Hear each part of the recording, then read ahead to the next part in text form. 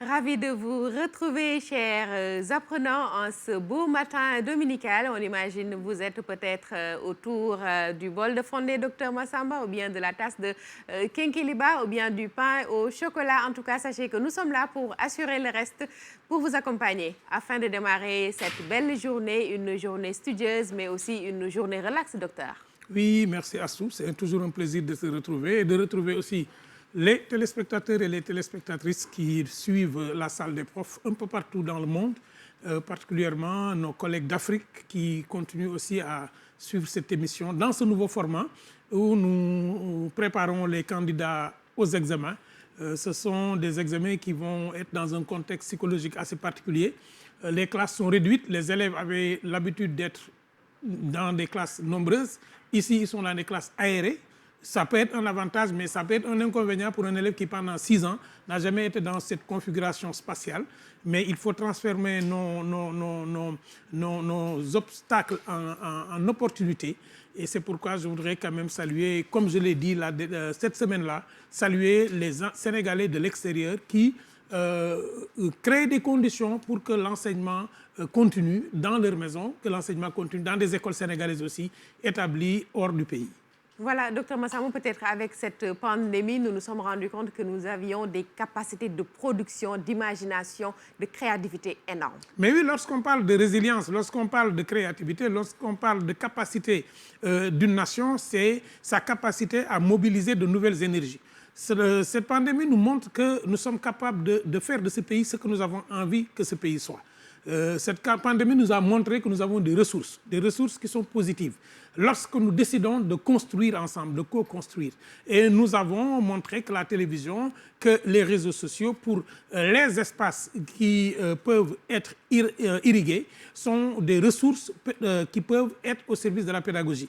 Maintenant, la leçon à tirer, c'est comment faire pour que tout le territoire soit irrigué en électricité et que les équipements soient dans les villages les plus reculés pour que de manière démocratique, tous les Sénégalais puissent accéder à cet enseignement à distance. C'est le grand challenge qu'il faut réussir d'ici 2022. De nouveaux défis pour un nouveau système éducatif réussi. Exactement, de nouveaux défis pour un nouveau système éducatif, pour un nouveau citoyen.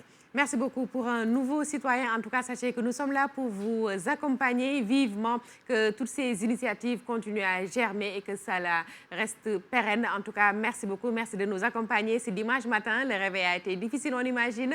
Mais bon, rassurez-vous, nous allons vous accompagner avec des présentations, des cours autour de la langue, mais aussi des cours d'histoire, de géographie. Et pour démarrer, nous sommes avec monsieur Chérif Ning. Vous étiez là mardi, aujourd'hui encore dimanche, vous revenez avec le même plaisir, j'imagine. Merci Assoumène, bonjour. Bon, je dis bonjour à tous les enfants du Sénégal. Oui.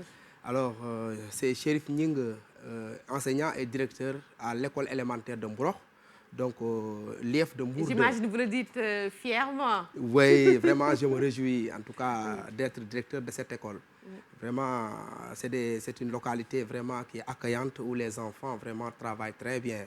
Pour ceux qui ne connaissent peut-être pas la zone, c'est précisément où? Effectivement, c'est derrière Louli-Benteñe, donc sur la route nationale numéro 2, arrivé à Louli-Benteñe, donc c'est juste derrière Louli-Benteñe. Donc c'est là où se situe Mbroch, l'école élémentaire donc de Mbroch, juste sur la route. Merci beaucoup. Merci beaucoup. Merci beaucoup. Et nous faisons un grand coucou à ces enfants de votre école. En tout cas, merci de revenir pour partager aujourd'hui encore une nouvelle expérience.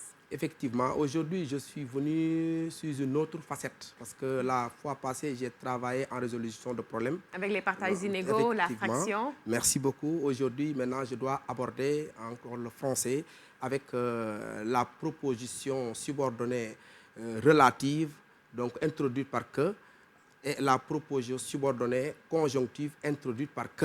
Elles se ressemblent, mais elles sont différentes. Donc, attention aux nuances. Merci beaucoup. À vous. Et nous en découvrirons davantage avec M. Ning aujourd'hui, qui revient encore pour la deuxième fois cette semaine dans la salle des profs de la télévision Futur Média. La dernière fois, c'était avec les partages inégaux, la fraction. Et aujourd'hui, il nous revient avec un cours de français afin de faire la différence entre une proposition subordonnée relative introduite par que et une subordonnée proposition conjonctive introduite toujours par que. À vous le tableau, M. Ning. Voilà, merci beaucoup et chers apprenants, à vous aussi. Merci beaucoup. Permettez-moi de toucher un peu le gel hydroalcoolique pour respecter les mesures barrières. Oui, le voilà, protocole merci beaucoup. sanitaire, Que tous les enfants... c'est important. Voilà, merci. Que ça soit sur les plateaux télé ou bien sur la route de l'école ou bien en classe, il faudra y veiller impérativement afin de se protéger, mais aussi protéger son entourage et faire face à la pandémie. C'est parti pour vous, M. Ning. Voilà, donc merci Astroben. Voilà, donc aujourd'hui, nous avons en face de nous la différence entre la proposition subordonnée relative introduite par que et la proposition subordonnée conjonctive introduite par que. Alors, toutes les deux propositions sont introduites par que, mais elles sont différentes. Alors, nous allons considérer maintenant la première phrase. Yacine mange le melon que tu lui as donné. Alors, si nous considérons cette phrase, Yacine mange donc le melon que tu lui as donné. Alors, on nous apprend ici que pour découvrir le nombre de propositions dans une phrase, il faut impérativement compter le nombre de verbes.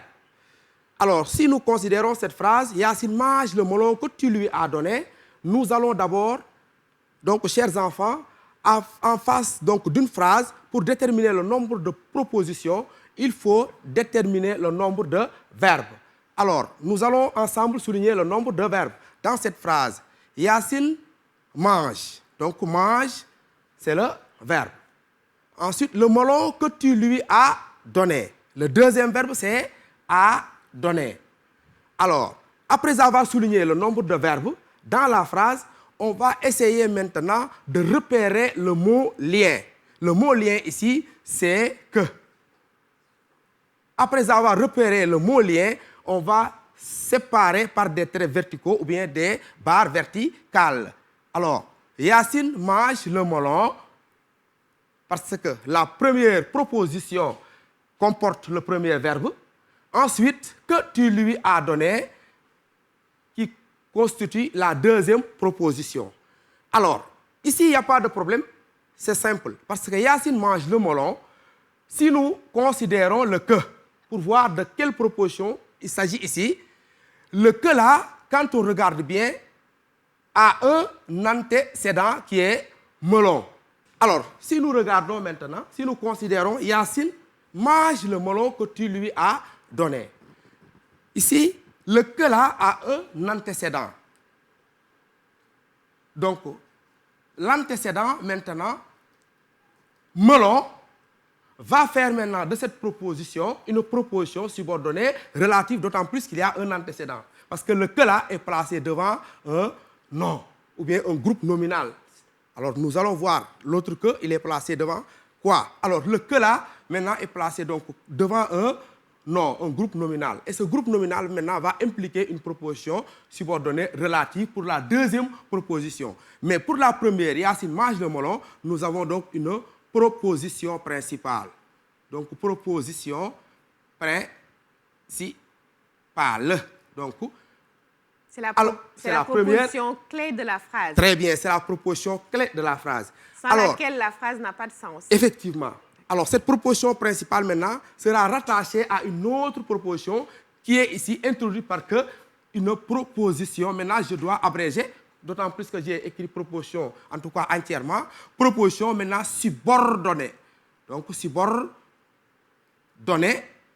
donc, relative. Donc, une proposition subordonnée relative. Introduite par que. Donc introduite par que. Introduite par que. Que qui est un pronom relatif. Et cette proposition subordonnée, maintenant, sera le complément de l'antécédent de la proposition principale. Donc, complément donc, de son antécédent. Antécédent, d'autant plus que l'antécédent, c'est melon. Maintenant, cette proposition que tu lui as donnée vient compléter la proposition principale. Yacine a mangé quoi? Donc, le melon que tu lui as donné. Voyez. Donc, c'est pourquoi que le que là a la même valeur que le melon là, qui remplace. Parce que le que là remplace melon. C'est ça donc l'antécédent. Alors, maintenant, le problème se situe là où... Alors, dans la deuxième phrase maintenant, c'est un peu compliqué quand on dit « La robe que j'ai achetée est très belle. » La robe que j'ai achetée est très belle. La robe que donc j'ai achetée, oui, le complément d'objet direct est placé avant, donc acheter est très belle. Donc, la robe que j'ai achetée est très belle. Maintenant, si nous considérons cette deuxième phrase, ça va être un peu compliqué par rapport à la première. Pourquoi? Parce que ici, le complément d'objet direct est placé avant. Le verbe est là. Alors, si nous procédons de la même manière avec la première phrase, nous allons essayer donc de souligner le nombre de verbes dans cette phrase. La robe que j'ai achetée est très belle. Donc, oui, quels sont les verbes ici? Très bien. Et acheter, c'est formidable. Oui, le deuxième verbe est. Voyez, les deux verbes sont pratiquement juxtaposés. Alors, qu'est-ce qu'on va faire ici? Si nous regardons maintenant le mot lien, on va essayer d'encadrer le mot lien. Et si nous encadrons le mot lien, on ne peut pas procéder par séparation comme dans la première phrase. Il s'agit ici de repérer maintenant la robe. Qu'est-ce que j'ai acheté? J'ai acheté une robe. Donc, j'ai acheté une robe. Mais quelle robe? Une robe qui est belle. J'ai acheté quoi? Voyez, une robe. Là, on avait Yacine a mangé le melon. Le complément d'objet direct donc, est venu après le verbe. Mais ici, le complément d'objet direct vient avant le verbe. Le verbe est là-bas, le complément d'objet direct arrive en premier lieu. C'est pourquoi, donc, dans ce cas de figure, il s'agit ici de repérer maintenant pour ce complément, ce groupe nominal maintenant, son verbe qui va constituer avec lui la proposition principale. Parce que le que là, c'est un pronom relatif qui a un antécédent. C'est pourquoi on va avoir ici, pour la proposition principale, la robe est donc très belle. Oui? Donc, c'est la proposition principale. On peut écrire la proposition principale. N'est-ce pas? Parce que on a repéré dans la phrase la proposition principale où le verbe est loin donc du groupe nominal ou bien de l'antécédent de que. Alors, on l'a repéré, qui est là-bas, c'est la robe est très belle. N'est-ce pas? Maintenant, que j'ai acheté. Que j'ai acheté. C'est-à-dire la robe que j'ai achetée. Oui, le que là remplace robe. C'est pourquoi ici, il y a accent aigu E. Parce que le complément d'objet direct est placé avant. Si on avait dit j'ai acheté une robe, il n'y a pas de problème. Là, on aura un accent aigu seulement. Mais quand on a la robe que j'ai achetée, la mangue que j'ai mangée, ça c'est le complément d'objet direct est placé avant. Donc il y a toujours accord. C'est avec l'auxiliaire avoir. Voilà, avec l'auxiliaire avoir. C'est dans cette situation où on a l'accord, en tout cas, du participe passé employé avec l'auxiliaire avoir. Voilà, donc que j'ai acheté maintenant, c'est la proposition. Oui, la proposition subordonnée. Oui, il faut bien regarder comment on écrit subordonné avec deux N, deux E, accent aigu E, qui est une proposition subordonnée relative, donc introduite. Parce que c'est un pronom relatif. Introduite par le pronom, oui, relatif que. Maintenant, complément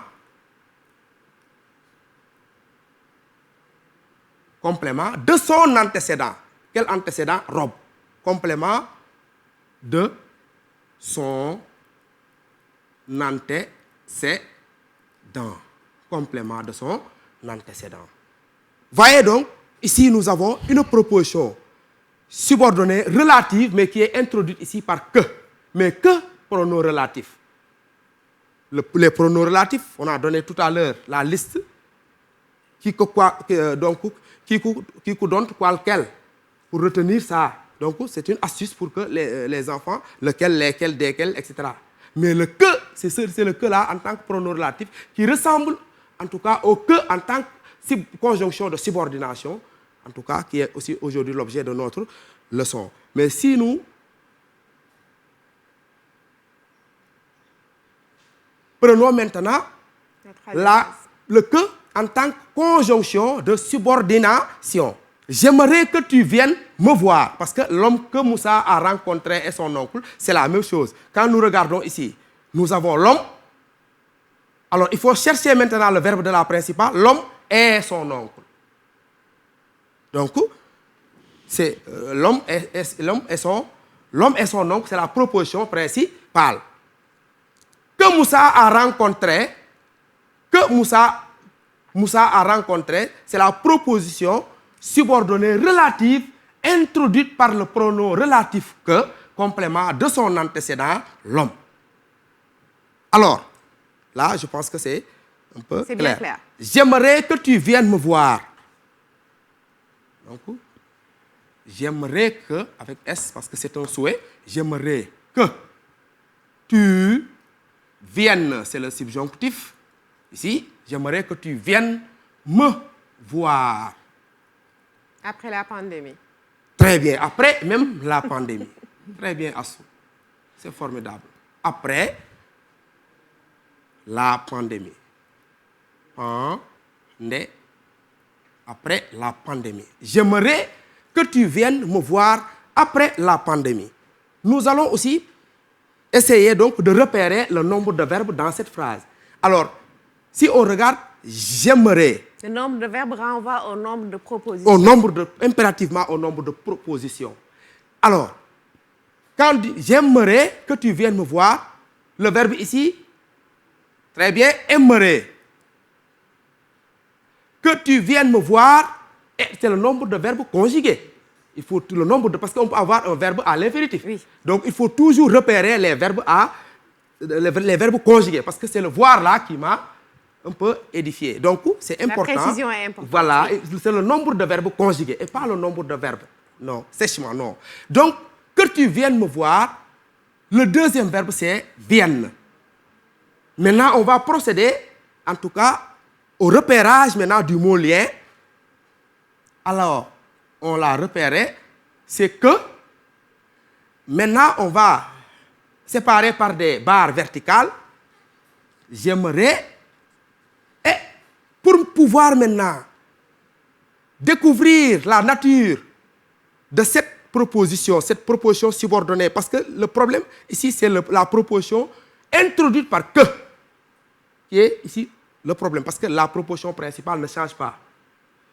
Elle est toujours là. Alors, donc j'aimerais sera la proposition principale. J'aimerais. Proposition principale. D'accord?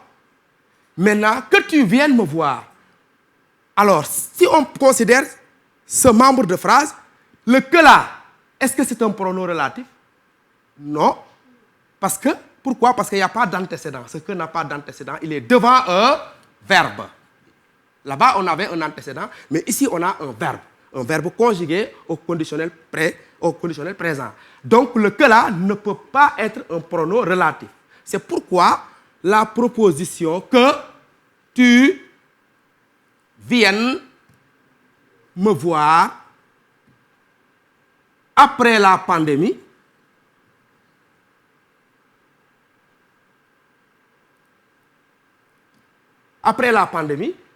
reste une proposition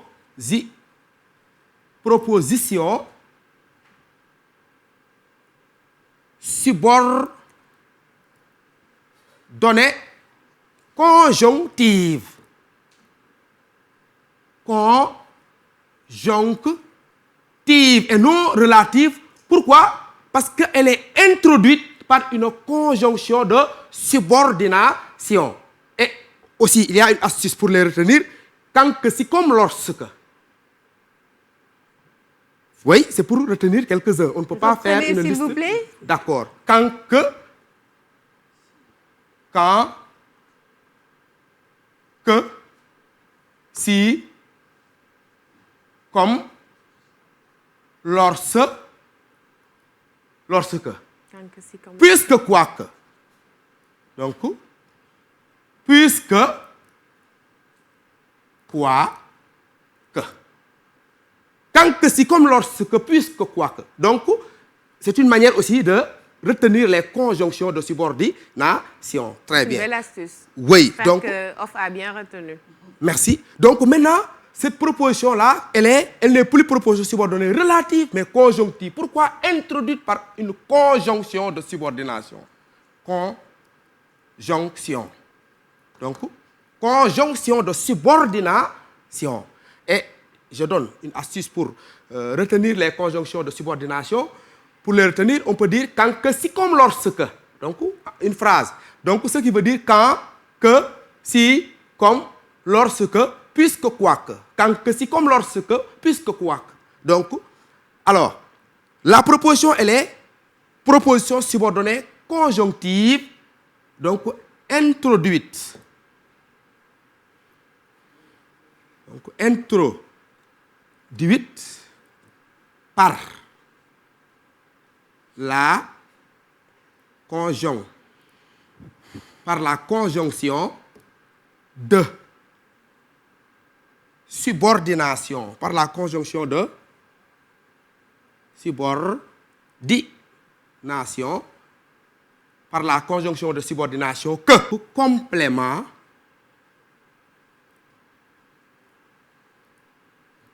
d'objet direct du verbe de la principale. Complément d'objet direct, donc, du verbe de la principale, c'est-à-dire de la proposition principale. À savoir, j'aimerais. Voilà, très bien, j'aimerais. Donc, la proposition subordonnée que tu viens me voir est complément d'objet direct, donc, du verbe, donc, de la proposition principale. J'aimerais quoi? Que tu viennes me voir. Donc, voilà, Assoumen, c'était tout pour, en ce qui concerne la proposition subordonnée relative introduite par que, sa ressemblance avec la proposition subordonnée conjonctive introduite également par que. Donc voilà la différence. L'un placé devant un antécédent, l'autre est placé devant un verbe. Donc d'où la notion de proposition subordonnée conjonctive et de proposition relative pour son antécédent. Voilà, merci. Merci beaucoup, M. Ning. Merci beaucoup. C'est toujours un plaisir de vous recevoir. Merci encore pour cette présentation pour les élèves qui sont en classe de CM2. Je pense que c'est la deuxième fois que vous revenez cette semaine dans la salle des profs de la télévision Futur Média et c'est pour servir les tout petits, les jeunes qui préparent l'entrée en 6e. En tout cas, très, très bon courage. J'espère que vous avez pris bonne note pour un dimanche matin. Je pense que vous avez eu une bonne dose en plus du petit déjeuner. Maintenant, nous allons accueillir M. Mangane qui nous rejoint dans la salle des profs. Il est déjà confortablement installé au tableau pour vous servir. Il était là au tout début avec le nouveau format aussi. Il est là pour nous accompagner, réussir son examen et il va nous aider à comprendre le commentaire de graphique au BFM. M. Mangane, merci beaucoup. Je suis obligé de revenir parce qu'entre deux cours, toujours, on revient à la salle des profs. Ça fait plaisir. Voilà, et surtout que nous sommes sur la ligne droite, où véritablement nous devons maintenant orienter les élèves vers le BFM, qu'il faut réussir effectivement, parce que le BFM se réussit globalement et par discipline. Chaque discipline compte. Maintenant, ce qu'il faut faire pour réussir, il y a la sérénité, il y a l'organisation, il y a la méthode. C'est un ensemble. Voilà, c'est un ensemble. Maintenant, nous sommes là pour présenter le commentaire de document qui est un des sujets qu'on donne en géographie Parce qu'il y a en géographie comme en histoire, il y a 2 sujets au choix. Et la sérénité doit pousser l'élève à faire le bon choix. Le bon choix, c'est de voir parmi les sujets que j'ai en face de moi, quel est celui qui est le plus accessible. Bon, maintenant, nous, on va présenter le commentaire du document, mais n'oublions pas également qu'il y a... accessible par rapport à sa préparation, par rapport même à l'épreuve, parce que l'épreuve même peut être difficile, parce que mal posée peut-être, ou bien qui n'a pas été pris en compte dans les enseignements. Donc l'élève est obligé de lire tous les 2 sujets et de faire un choix. Quand on a la possibilité du choix, il faut vraiment choisir. Et maintenant, nous avons... Maintenant, choisir en fonction de ses bagages intellectuels. Effectivement, de toute sa préparation. Parce que le bagage intellectuel, c'est depuis la 6e jusqu'en 3e. Maintenant, en classe, par exemple... Et à l'école primaire. Et à l'école primaire. C'est un ensemble. Voilà. Donc, le commentaire du document, ici, nous avons un document statistique portant sur les indicateurs de développement. Et nous avons identifié 6 pays avec les indicateurs IDH, PIB, espérance de vie, indice de fécondité et les tranches d'âge. Maintenant, après le document qui est la ressource principale de l'élève, il y a un ensemble de consignes, c'est-à-dire les questions auxquelles l'élève doit répondre. En petit 1, par exemple, on dit « donne la signification ». Et c'est très important. C'est très important dans la consigne de bien maîtriser le verbe qui a été utilisé. Donne la signification. De quoi? Des sigles. Et expression suivante. Quel sigle nous avons? Il y a IDH. Quel sigle nous avons? Nous avons PIB. Quelle expression nous avons? Espérance de vie, indice de fécondité. Et l'élève doit travailler avec méthode. Dans ses réponses, dans la réponse de la question 1, l'élève doit prendre chaque élément à expliquer par ligne. Et non pas de tout confondre, ça aide le correcteur, effectivement, de bien lire la copie. Parce que la copie est destinée à un correcteur. L'élève doit s'organiser de telle sorte que le correcteur ne trouve pas de difficulté à comprendre tout ce qu'il a écrit. Maintenant, indice de développement humain, IDH, c'est indice de développement humain pour la correction, que les élèves apprennent aussi. PIB par habitant, c'est le produit intérieur brut par habitant. Les expressions, il y a espérance de vie, qui est la durée moyenne de la vie dans une société donnée, qui est très différenciée entre les pays en fonction du niveau de développement. Maintenant, il y a l'indice de fécondité.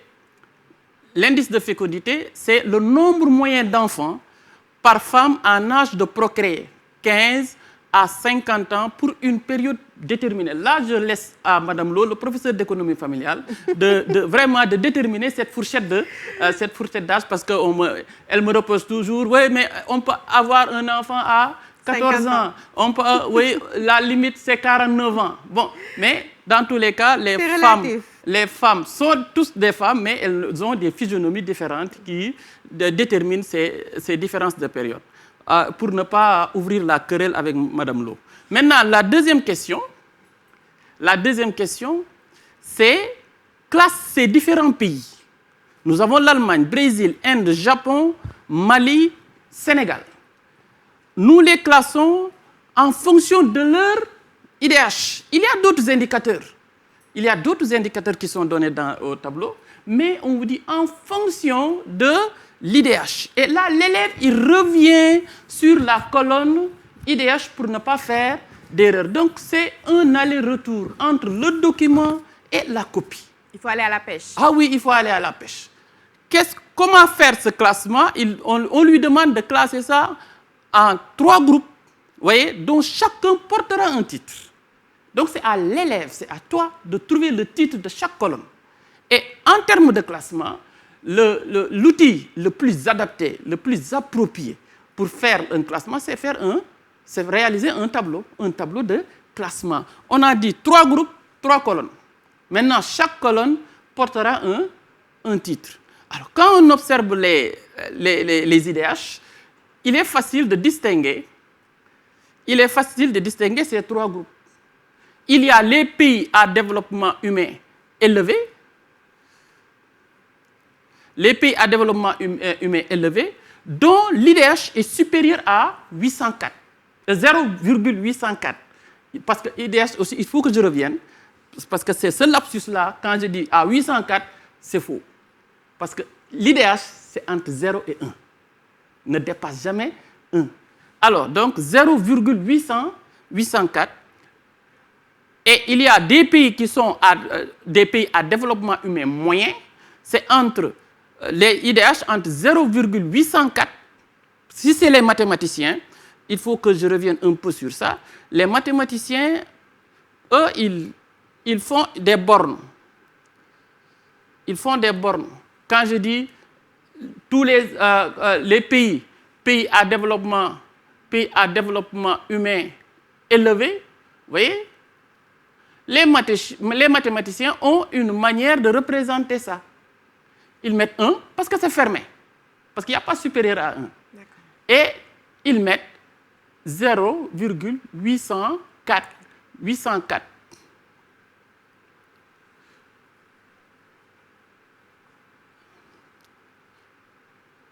0,804, mais c'est strictement supérieur.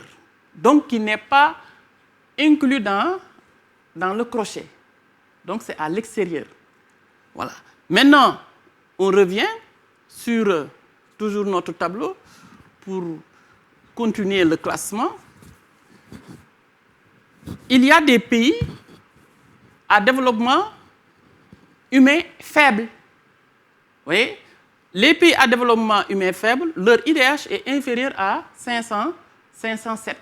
0,507. Parce que, bon, 507, c'est plus facile à réaliser, parce que, à dire comment.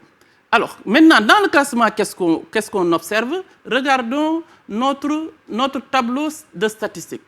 Quels sont les pays dont l'IDH est supérieur à 804? Nous observons, c'est une simple observation. Ah oui, Allemagne. Vous voyez? Ah oui, le Japon, qui est à 0,915. Quels sont les pays qui ont un IDH supérieur à 804, mais inférieur à 507? Supérieur à 507 et inférieur à 804.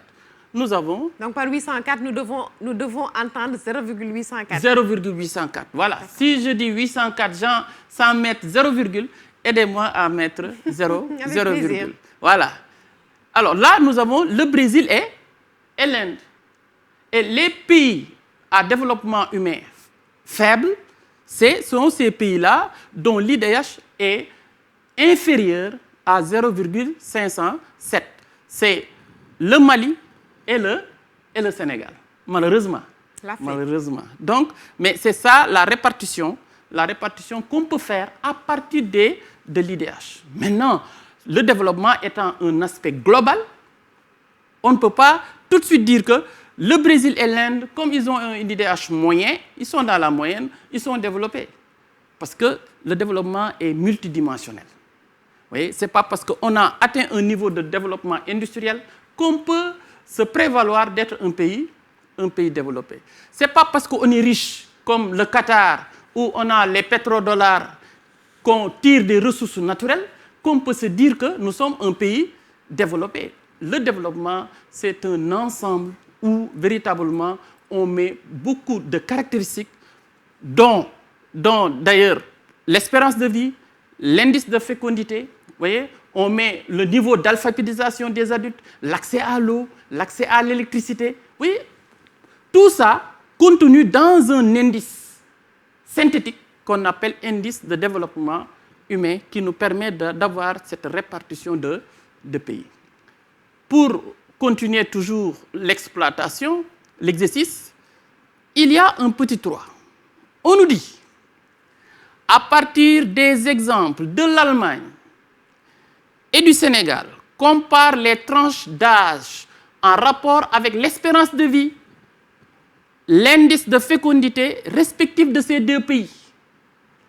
Donc, on retourne à la pêche. Nous avons l'Allemagne, nous avons le Sénégal. C'est les deux lignes qui nous intéressent. Mais qu'est-ce qu'on est en train de comparer? On compare toujours deux choses.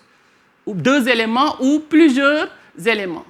Maintenant, qu'est-ce qu'on est en train de comparer? Les tranches d'âge. Les tranches d'âge, il y a 0 à 24 ans, c'est les moins de 25 ans qu'on appelle communément les jeunes. Il y a les 25-59 ans qu'on appelle les adultes et les 60 ans et plus, comme moi, qu'on appelle les vieux. Donc, et qu'est-ce qu'on est en train de faire avec chaque tranche d'âge est représentée par un pourcentage dans la population. Dans la population allemande, les jeunes représentent 24%. Dans la population sénégalaise, les vieux représentent 5%. On va comparer les différentes classes d'âge entre le Sénégal et l'Allemagne, en fonction de quoi on trouvera une explication à partir de l'espérance de vie. Parce que l'espérance de vie, comme on l'a dit, c'est la durée moyenne, vous voyez, de vie dans une société. Regardons l'espérance de vie de l'Allemagne. 81 ans. Un Allemand qui naît sans accident, sans malformation, les conditions de vie sont tellement réunies qu'il peut espérer vivre 81 ans. Alors qu'un Sénégalais qui naît au Sénégal, dans les conditions de vie actuelles du Sénégal, ne peut espérer vivre que 67 ans. Bon, il faut dire que moi, quand j'étais en terminale, on nous disait 54 ans au Sénégal et on était très tristes parce qu'on allait à la retraite à 50 ans, donc on n'aura que 4 ans pour jouir de ce moment où on nous considère comme des sages. Alors maintenant, nous sommes à 67 ans. J'espère que d'ici quelques années, on va rejoindre 81 ans. Et pourquoi pas 90 ans? Oui, 90 ans. Moi, je préfère avoir 126 ans comme ma grand-mère. Voilà, comme ça, je vais vivre jusqu'au dernier jour. Que votre vœu soit exaucé. Et on va vivre ensemble jusqu'au dernier jour et échapper à cette pandémie, Inch'Allah. Donc, la tranche d'âge peut s'expliquer. Si vous regardez bien pour l'Allemagne, l'Allemagne a que 24 ans de jeunes. C'est-à-dire un quart. 24% de jeunes. 24% de jeunes, moins de un quart de sa population est jeune. Et pourquoi?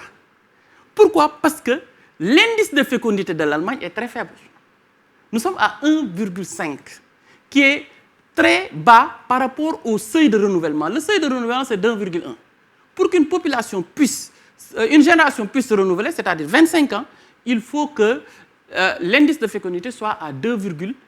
Mais comme l'Allemagne, par les politiques de limitation des naissances et par les comportements liés à leur mode de vie, ils en sont arrivés à avoir que 1,5 enfants par femme et qui empêche le renouvellement des générations.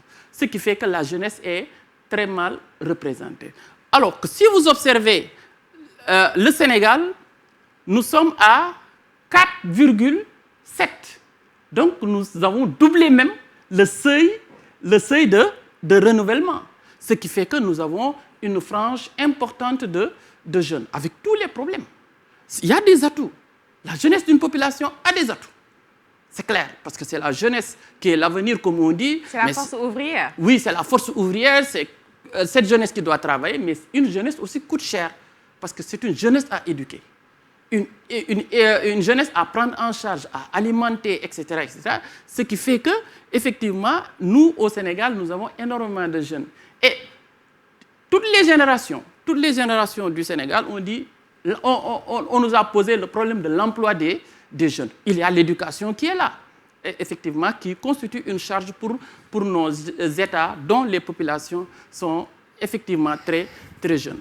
Donc là où, effectivement, la jeunesse de la population allemande ne représente que 24%, le Sénégal est à 63% du fait de l'indice de fécondité qui est très faible pour l'Allemagne et assez élevé pour le Sénégal. Maintenant, passons à la classe d'âge des vieux pour revenir aux adultes.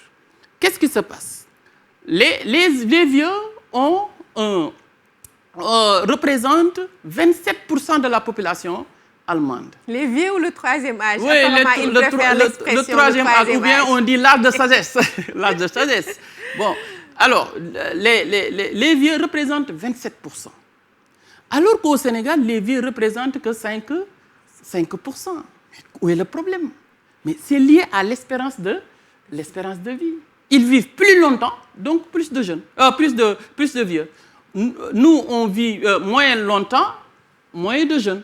C'est pourquoi si vous regardez, par exemple, deux pyramides des âges, ce que l'on appelle pyramide, c'est un graphique simplement, qui représente la population dans ses différents segments, tranches d'âge, structure par âge, mais également dans la séparation entre les hommes et les femmes. Parce que, effectivement, si on avait bien regroupé les données, en fait, bien repris les données, vous allez vous rendre compte qu'à chaque période de la vie, il y a une différenciation entre les hommes et les femmes. Paraît-il, il est plus facile d'avoir une fille que d'avoir un garçon. C'est pourquoi on dit, quand quelque chose manque, on dit « dombugorle ». Dombugorle, ça c'est une manière de parler, mais c'est une réalité aussi biologique qui est là et que nous vivons. Donc, si vous reprenez, par exemple, si vous prenez la pyramide des âges de l'Allemagne, elle aura cette forme. Vous voyez, arrondie. Ici, c'est assez bien représenté. On aura peut-être 27%. Pour l'Allemagne. On aura 27%. Vous voyez? Et là également, c'est un peu faible. Ça, c'est les jeunes. C'est très faible. Alors qu'au niveau là des adultes, c'est un peu gonflé. C'est un peu gonflé. Alors que si vous prenez la pyramide des âges du Sénégal, vous voyez, la base représentant les jeunes, effectivement, c'est le Sénégal d'ailleurs qui présente une véritable pyramide. Vous voyez? Avec une base large et un sommet effilé. Oui. Hein, je n'ai pas dessiné un fiole conique pour faire plaisir à M. Mbaye, mais c'est une pyramide que j'ai dessinée pour montrer que voilà les jeunes, 63%, voilà les vieux, très effilés, parce que la part qu'on octroie ici est très petite. Alors maintenant, si on continue, on peut terminer l'exercice par une représentation. Qu'est-ce qu'on nous demande? On nous demande de construire le diagramme en bande verticale. Hein? Construire, ça demande des aptitudes. C'est le savoir-faire. Comment y arriver? Il faut simplement avoir ce que les mathématiciens appellent un repère orthonormé, où il y a un axe pour les abscisses et un axe pour les ordonnées. Vous voyez? Comme il y a les données, c'est quoi? C'est les indices. Il y a ici l'indice de développement. Qu'est-ce qui compte dans un diagramme en bande verticale? Ce n'est pas la largeur. La largeur n'intervient dans un diagramme du genre que quand on parle d'histogramme. Ici, ce qui compte, c'est la hauteur. Pour commenter le diagramme en bande verticale, les mathématiciens peuvent même dire les diagrammes en barre verticale. C'est des graphiques que l'on voit aussi bien en SVT, aussi bien en PC, aussi bien en économie familiale que en géographie. Donc, c'est une compétence qui est partagée dans différentes disciplines. C'est pourquoi, d'ailleurs, on est obligé d'utiliser les mêmes concepts ou bien de parler des concepts que les autres utilisent. Parce que les mathématiciens peuvent nous dire diagramme en barre verticale. Alors qu'en géographie, on peut dire diagramme en bande verticale. Donc, je vous laisse l'exercice. Et vraiment, moi, là où vraiment j'attends les élèves, c'est de me réaliser le diagramme en bande verticale concernant les IDH. Et le même exercice peut se répercuter sur l'ensemble des données. Voilà donc, Astou, j'étais venu simplement pour montrer que en géographie, rien n'est facile. Apprendre ses leçons, bien choisir son épreuve, bien le lire, se concentrer avec sérénité. Inch'Allah, la réussite est au bout. 100% au BFM? 100% au BFM et sans aucun doute. Merci beaucoup. Voilà. Merci beaucoup. Merci pour l'optimisme, Monsieur Mangane, qui nous accompagne depuis le début de votre émission La Salle des profs de la télévision Futur Média, émission pour accompagner la campagne d'Anne Corona. Corona qui nous pose énormément de difficultés, mais en tout cas, ici dans la Salle des profs, dans la télévision Futur Média, nous essayons de faire face et pour cela, nous comptons sur la générosité, la disponibilité, mais aussi l'humanité de ces enseignants qui prennent sur eux, qui font le sacrifice de venir ici dimanche matin. C'est pas facile, mais ils sont là pour vous accompagner, chers apprenants. Alors, la meilleure façon pour nous, pour que leurs efforts ne soient pas vains, c'est de faire des efforts afin d'avoir 100% au bac, 100% au BFM, 100% à l'entrée en 6e, 100% à tous les examens et concours. Il faut juste y croire et ensemble, nous y arriverons. Docteur Massamba, un dimanche matin, pas facile, mais nous sommes là pour le plaisir de servir les enfants, les apprenants. Oui, mais effectivement, et profiter aussi de la présence de ces enseignants qui soit exercent hors de Dakar, soit sont de régions hors de Dakar. Nous avons aujourd'hui le plaisir de recevoir un chef d'établissement, un directeur qui a l'obligation le matin de regarder les fiches de ses adjoints pour voir la qualité des enseignements qui délivrés dans son établissement. Je voudrais vraiment le saluer et le remercier de nous avoir accompagnés cette semaine, espérant qu'il reviendra un autre jour. Et remercier surtout mon cousin, Mangane, qui est certainement le lien, comme je le dis toujours, entre le Djolof et le Ndoukoumane. Et saluer aussi l'ensemble des enseignants qui sont en zone Est et en zone Sud, qui aujourd'hui sont confrontés à l'hivernage et aux pluies, mais qui ont l'habitude, quand même ce sont des zones qui ont l'habitude de travailler sous la pluie. Saluer particulièrement ma ville, celle qui m'est très chère et qui a fait de moi en partie ce que je suis, la ville de Koungheul, où aussi nous avons partagé de l'expérience avec certains collègues. Aujourd'hui, nous entamons un virage extrêmement intéressant parce que nous allons vers la Tabaski. Je voudrais demander aux élèves de faire un plan d'occupation de ces journées-là. Vous allez vers la Tabaski, ne déréglez pas votre méthode de travail pour un jour. Donc, anticipez, faites un plan de révision, faites un plan même de travail le jour de la Tabaski. À quelle heure et quelle heure vous devez réviser, à quelle heure vous devez travailler le lendemain, la veille, etc. Si vous ne le faites pas, cette fête risque de perturber toute votre organisation que vous avez eue jusqu'à présent. Et je redis aussi bravo à l'ensemble des Sénégalais de l'extérieur qui se battent à mettre des écoles sénégalaises hors du pays. Votre travail mérite d'être salué et je le salue ici. Merci beaucoup, Docteur Massamba. Vous aussi saluez votre engagement, votre détermination à accompagner les élèves du Sénégal, de l'Afrique, disons tout simplement les élèves du monde. En tout cas, c'est toujours un plaisir pour nous, un honneur de partager avec vous ce plateau de votre émission La Salle des profs, mais aussi, chers apprenants, un plaisir de partager avec vous notre livre de la semaine. Nous allons terminer la semaine en beauté avec ce livre. Vous dire que dans ce livre, chaque page, chaque phrase, chaque mot est une leçon de vie. Mandela a les mots pour nous faire comprendre que les difficultés sont à surmonter. En tout cas, lui, des difficultés, il en a connu. La prison, l'apartheid, la perte d'un être cher alors qu'il était en prison. En tout cas, dans ce livre, il partage avec nous des moments inédits, des documents inédits, une belle synthèse d'entretien, une belle synthèse de leçons de vie. Vous traversez des moments difficiles. Je pense que vous avez de la recette à travers conversation avec moi-même, Nelson Mandela. En tout cas, merci beaucoup, cher petit. Merci d'être avec nous, de nous accompagner. Passez un très, très bon dimanche, très bonne semaine à tous et à tous. Inch'Allah, ensemble, nous y arriverons. Au revoir et merci beaucoup.